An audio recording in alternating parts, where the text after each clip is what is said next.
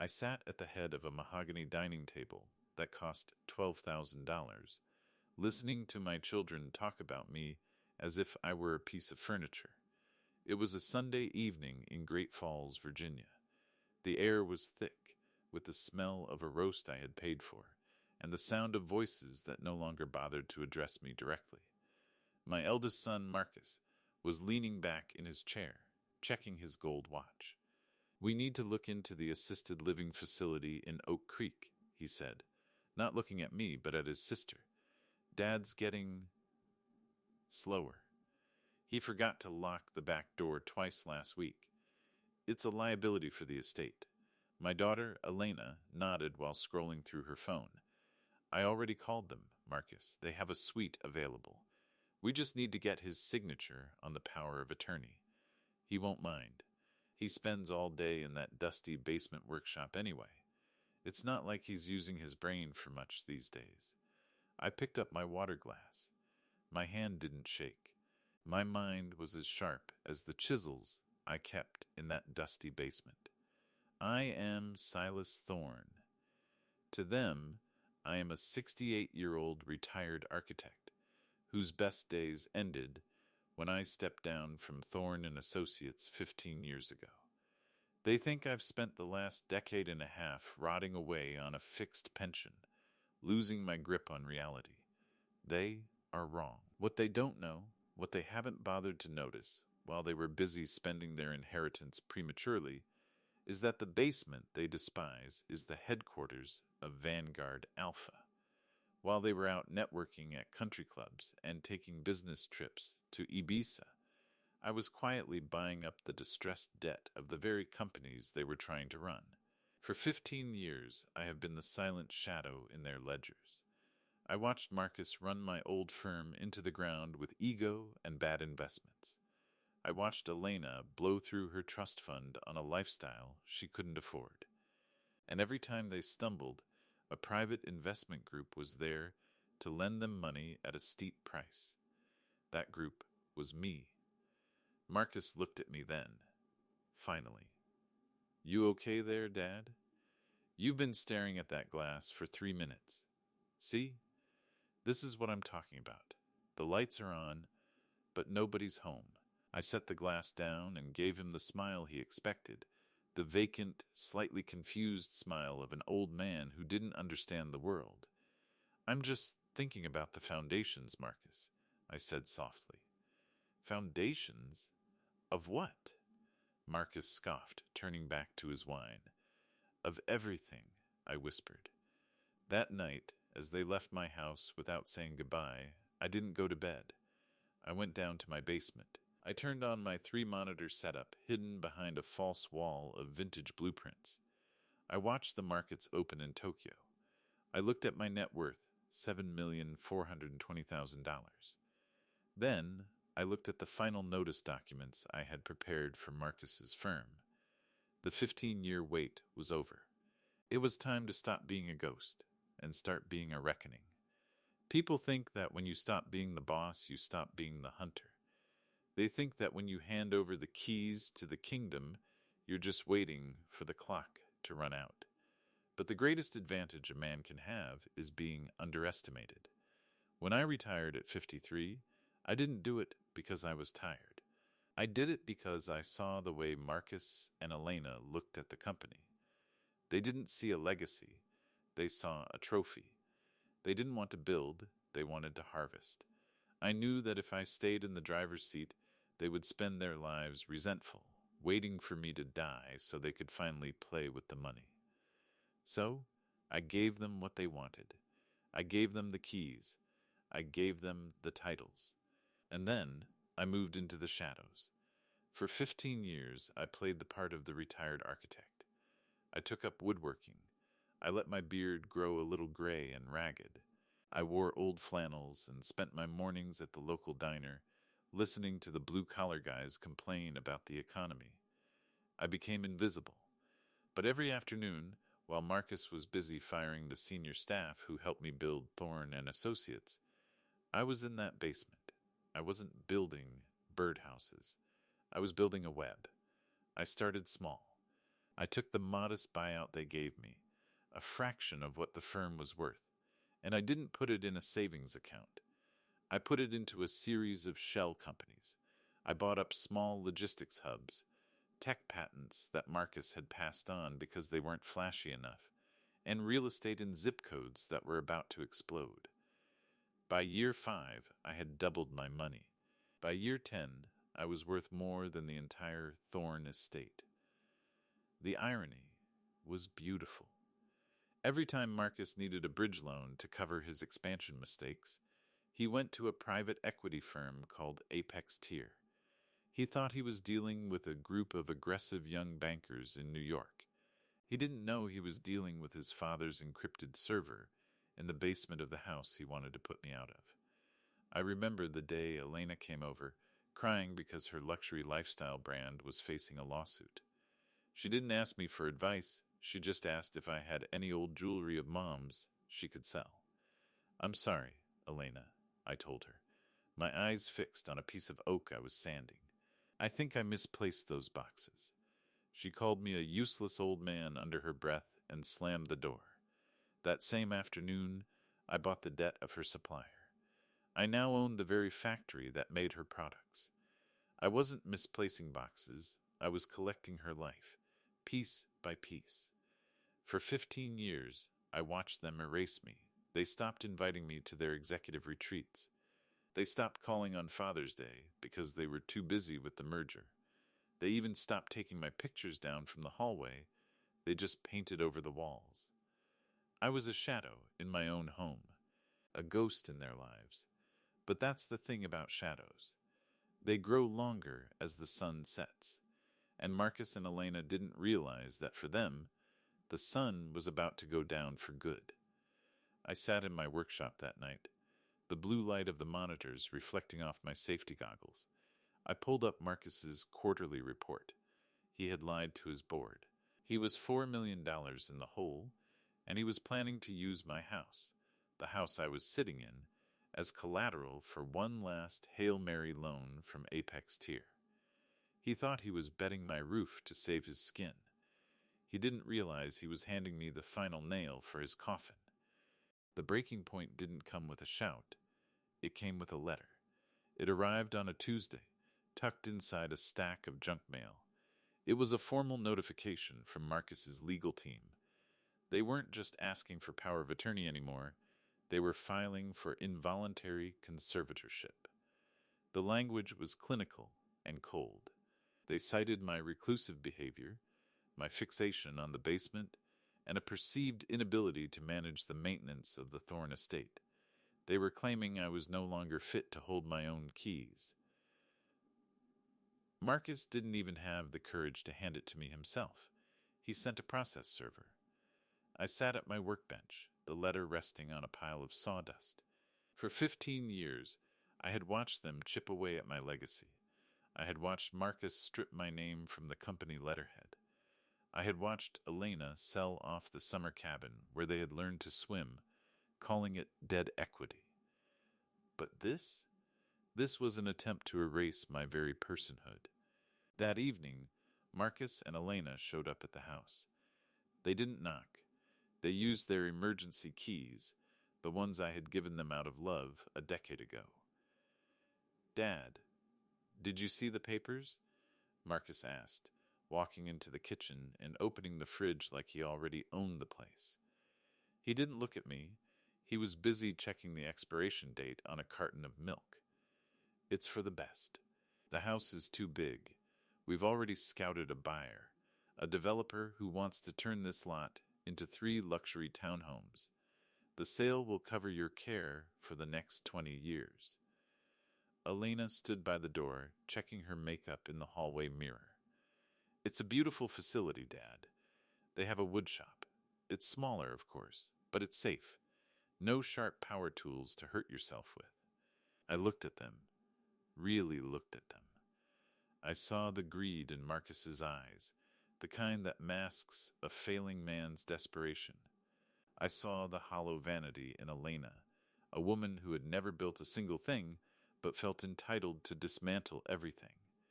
"The house isn't for sale," I said quietly. Marcus let out a sharp, condescending laugh. Dad, the firm is the primary guarantor of this property's taxes and insurance. And since the firm is restructuring, we need the liquidity. You don't really have a choice. The court hearing is in 2 weeks. It's a formality. Restructuring, I repeated the word. Is that what you call it, Marcus? Or do you call it insolvency? Marcus stiffened. His hand dropped from the fridge door. What do you know about the firm's finances? I know that Thorne and Associates hasn't turned a profit in 18 months, I said, standing up. I felt the weight of 15 years of silence falling off my shoulders. I know you've leveraged the office building, the equipment, and now you're trying to leverage my home. I know you owe Apex Tier $4 million, and I know that note is due in 48 hours. Elena stopped adjusting her hair. The room went deathly silent. How do you know about Apex Tier? Marcus stammered, his face turning a sickly shade of gray. That's a private equity agreement. It's confidential. It's only confidential from the people who don't own the debt, I replied. I walked past them, my footsteps heavy, and certain on the hardwood floors I had installed with my own hands before they were born. I went to the basement door and turned the lock. The hearing is in 2 weeks, I said over my shoulder. But your deadline is in 2 days. I'd suggest you spend that time looking for a moving truck, not a nursing home, because come Thursday morning, the invisible man is moving back into the light. I shut the door and headed down to the monitors. It was time to stop watching the web and start pulling the threads. The next 48 hours were a masterclass in panic. From my basement, I watched the digital heartbeat of their lives skip, stutter, and flatline. Marcus called Apex Tier 60 2 times. He sent frantic emails to anonymous board members begging for a stay of execution. He even tried to liquidate Elena's remaining assets, only to find that her luxury brand had already been served with a cease and desist from a supplier they didn't realize I owned. On Thursday morning, at exactly 9 a.m., I didn't wait in the basement. I put on the charcoal suit I had worn the day I retired, the one they thought was too old-fashioned for their new world. I drove to the Thorne and Associates office building. When I walked through the lobby, the receptionist didn't recognize me. Why would she? My photo had been replaced by a digital screen showing a loop of Marcus smiling in front of a private jet. I'm here for the 9:15 board meeting, I said. Sir, this is a private executive session, she said, looking at my suit like it was a museum exhibit. Do you have an appointment? I have the deed, I replied. I walked past her into the boardroom. Marcus was at the head of the table, his tie loosened, looking like a man who hadn't slept in a week. Elena was there too, sitting in a corner, clutching her designer handbag like a life raft. 3 other board members, men I had hired decades ago, who had since turned their backs on me, were whispering in hushed tones. Marcus looked up, his eyes bloodshot. Dad? What the hell are you doing here? I told you, we're handling the firm's business. Go back to the house. The firm doesn't have any business left, Marcus, I said, pulling out a chair at the far end of the table. As of 8 minutes ago, Apex Tier initiated a full takeover of all assets held by Thorne and Associates due to the default on the bridge loan. Since the firm used its own shares as collateral, the board is effectively dissolved. One of the older board members, Arthur, stood up. Silas, we know things are tight, but this is a private matter with an outside investment group. You aren't part of this conversation. I tossed a thick, leather-bound folder onto the center of the table. It slid across the polished wood and stopped right in front of Marcus. Open it, I said. Marcus opened the folder. His eyes scanned the first page, the Articles of Incorporation for Vanguard Alpha. He flipped to the second, the ownership structure of Apex Tier. He flipped to the third, the ledger of every cent I had funneled back into the firm to keep his mistakes from going public. The color drained from his face. He looked at me, then at the papers, then back at me. Vanguard Alpha. Is you? You're the vulture? I'm the founder, I corrected him. I didn't swoop in to eat the carcass, Marcus. I spent 15 years trying to prevent there from being a carcass at all. Every time you thought you were winning a new line of credit, it was me giving you a chance to prove you knew how to manage it. Every time you failed, I bought a little more of your pride. Elena stood up, her voice trembling. So, you have the money? You've had $7 million this whole time, while I was struggling to keep my business afloat? You weren't struggling, Elena. You were spending. There's a difference, I said. And yes, I have the money. But it isn't Thorne money anymore. It's mine. I earned it in the silence while you were busy forgetting my name. Marcus slammed his fist on the table. This is a setup. You manipulated us.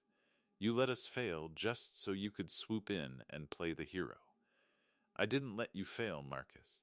I watched you choose it, I said, standing up. You had 15 years to ask for my help. You had 15 years to come to that dusty basement and ask, Dad, how did you do it? But you never did. You only came when you wanted a signature for a nursing home. I leaned over the table, looking him directly in the eye. I'm not the hero of this story, Marcus. But I'm definitely not the victim anymore. The silence in the boardroom was no longer the silence of respect. It was the silence of a vacuum. I had sucked the air out of their world. So what now? Marcus asked, his voice cracking. The bravado had completely evaporated, replaced by a hollow, frantic edge. You take the building? You throw us out on the street? Is that the grand plan, Dad? Revenge? Revenge is emotional, Marcus. This is just an audit, I said, calmly closing my briefcase. Vanguard Alpha, my company, now owns this building, the equipment, and the intellectual property of Thorne and Associates.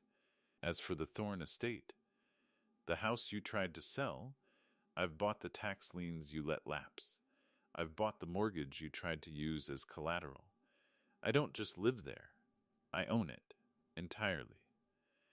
Elena began to sob, a sharp, theatrical sound. You're going to make us homeless? Your own children? I'm going to make you something much more valuable, Elena, I said. I'm going to make you accountable. That night, the lights went out in stages. First, the company credit cards. Marcus was at a high-end steakhouse trying to calm his nerves with a $400 bottle of wine when his card was declined. He had to call Elena to pick up the tab, only to find her cards had been frozen by the same investor group 2 hours prior. Next, the digital access. By midnight, Marcus and Elena were locked out of their corporate emails, their cloud storage, and their remote bank access. The empire they had treated like a playground had changed the locks while they were still inside. I spent that night in the basement, but I wasn't working. I was sorting. I had 15 years of data. Every wasteful expenditure, every bypass safety regulation Marcus had ignored to save a buck, every consulting fee Elena had paid herself from the trust.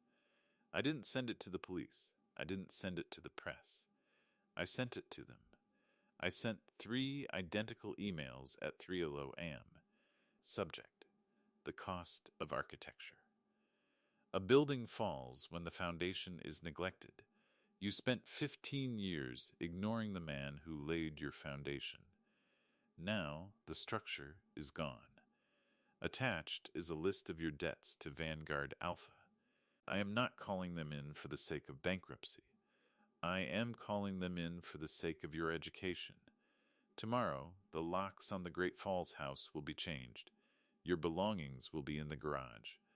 My workshop is being packed into a crate. You wanted me in a home? I've found one. But it's not the one you picked out. The next morning, I watched from the front porch as Marcus's silver European sedan pulled into the driveway. Elena followed in her SUV. They looked like they had aged 10 years in a single night. They got out of their cars and stared at the for sale sign I had hammered into the front lawn. But it didn't say for sale. It said sold. Who did you sell it to? Marcus demanded, marching up the steps. You can't sell this house in 12 hours, Silas. This is our inheritance. I didn't sell it to a person, Marcus. I sold it to a land trust, I said, handing him a key. Not the house key. The key to the garage. Your things are inside. You have until sunset to clear them out. The new owners want to start the demolition on Monday. Demolition? Elena shrieked. This is a historical estate. You're tearing down our childhood home? It's not a home anymore, Elena. It's just dead equity, I said, repeating her own words back to her. The land trust is turning this lot into a community garden and a public library. Something that actually serves a purpose. Something that builds. I walked down the steps, past them, toward the black truck I had bought months ago and kept hidden in a rented storage unit. My tools were already loaded. My $7.4 million was moved into an offshore account they would never be able to touch. Where are you going? Marcus yelled, his voice desperate. You can't just leave. We have nothing. We're your family. I stopped at the door of the truck and looked back at the house I had built, the house where I had been ignored for 15 years. You told me the lights were on, but nobody was home, Marcus, I said. You were right. So I'm turning the lights off. I got into the truck and drove away. I didn't look in the rearview mirror. I had 15 years of silence to catch up on, and for the first time in a long time, the road ahead was perfectly clear. I drove 600 miles toward the coast of South Carolina, to a small, quiet town where the salt air eats away at everything that isn't solid. I bought a cottage that needed work, real work. No glass towers, no marble foyers, just cedar, brick, and sweat. For 6 months, I lived in total anonymity. I woke up at dawn, worked on my clocks, and drank my coffee on a porch where no one called me a liability. My $7 million sat in the bank, growing quietly, but I lived on a fraction of it. I wanted to see if I could still be the man I was before the titles and the empire. Then, on a rainy Tuesday in November, exactly 1 year after the night the lights went out, there was a knock on my door. I didn't expect Marcus or Elena. I had changed my number and my name on the local registry. But I had left one trail behind, a small recurring payment from my private foundation to a local community college. Standing on my porch was Marcus. He wasn't wearing a $3,000 suit. He was wearing a grease-stained work jacket and heavy boots. His hands, once soft and manicured, were calloused and scarred. Beside him stood Elena. She had no designer bag, no jewelry. She looked tired, but for the first time in 15 years, she looked present. How did you find me? I asked, leaning against the doorframe. You taught us how to track logistics, Dad, Marcus said, his voice low. He didn't move toward me. He stayed in the rain. It took me 8 months of digging through your old blueprints and tax filings. I figured if anyone was going to fund a scholarship for carpentry, it was the man who spent 15 years in a basement. I looked at them. I didn't see the predators who tried to put me in a home. I saw 2 people who had finally hit the ground and realized the earth was solid. We didn't come to ask for the money back, Elena said, her voice trembling, but not with a theatrical sob, with genuine shame. We came because we realized the house wasn't the inheritance. You were, and we threw it away for a lifestyle that didn't even belong to us. Marcus stepped forward and pulled a small, heavy object from his pocket. It was the brass nameplate from my original office at Thorne & Associates. He had kept it. I spent the last year working as a site foreman for a residential builder, Marcus said. I'm learning how a foundation actually works, Dad. I'm learning how to build something that doesn't collapse under its own ego. I'm sorry. Not for the money. I'm sorry I tried to erase the man who gave me everything. This was the moment. I could have shut the door. I could have told them that a year of struggle doesn't erase 15 years of neglect. But as an architect, I know that you don't throw away a building just because the walls are cracked. If the foundation is still there, you can rebuild. You just have to strip it down to the studs first. The garage needs a new roof, I said, stepping back and opening the door wide. And the clocks I'm building are behind schedule. If you're here to work, come in. If you're here for an inheritance, you're in the wrong place. They didn't hesitate. They walked in. I didn't give them a check that night. I gave them a hammer and a set of plans. I didn't return the $7 million to their accounts, but I did open a door that I thought I had locked forever. People in the comments will say I was weak. They'll say after what they did, I should have let them rot. But silence is a teacher, not a prison. I spent 15 years being invisible to show them what they were missing. Now that they can finally see me, I have a responsibility to show them the way home. My name is Silas Thorne. I spent a lifetime building structures out of steel and stone. But my greatest project is only just beginning. It's the one where we rebuild the family, one brick at a time. And this time, we're building it to last.